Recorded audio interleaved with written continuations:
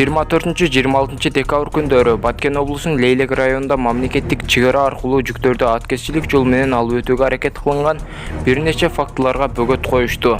Бул туурасында чек ара кызматынан билдиришти. Маалыматка караганда, 26 декабрь Баткен облусунун Лейлек районуна караштуу Аксарай жергилигинде Кыргызстандын 26 жаштагы УА аттуу жарандын башкаруусунда Mercedes-Benz Sprinter үлгүсүндөгү автоунаасын кармашкан. Транспорт каражатын токтотуу үчүн ИИМдин аскер кызматкерлери эскертүү иретинде асманга 3 жолок чыгарышкан. Транспорт каражатын текшерүү учурунда 20 рулон тигүү үчүн кездеме материалдары аныкталган. Ал эми айдоочуда жүктөр үчүн тиешелүү документтери болгон эмес.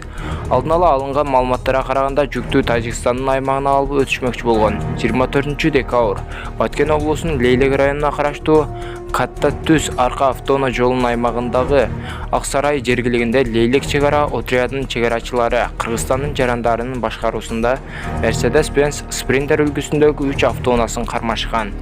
Автоунааларды текшерүүгө алуу учурунда жүктөргө тиешелүү документтери жок 230 рулон тигүү үчүн кездеме материалдары жана 4 боолонуп оролгон кийим-кечелер аныкталган.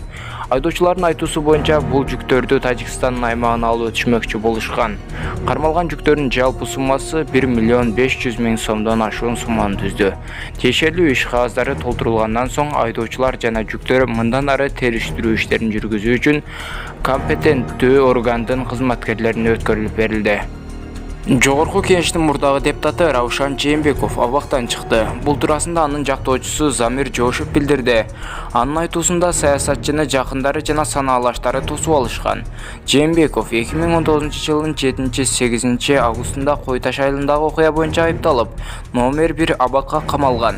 2020 жылдын октябрындагы окуя учурунда эркиндикке чыгып, баш коргоо чарасы үй камагына өзгөргөн болчу.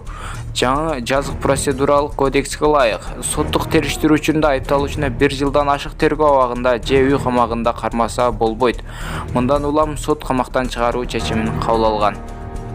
Көпчүлүк адамдар бул видеону көрүүсү үчүн албетте бир дана лайк басып, жана каналыбызга жазылып, жанындагы коңгуроочуну да баса кетиңиздер.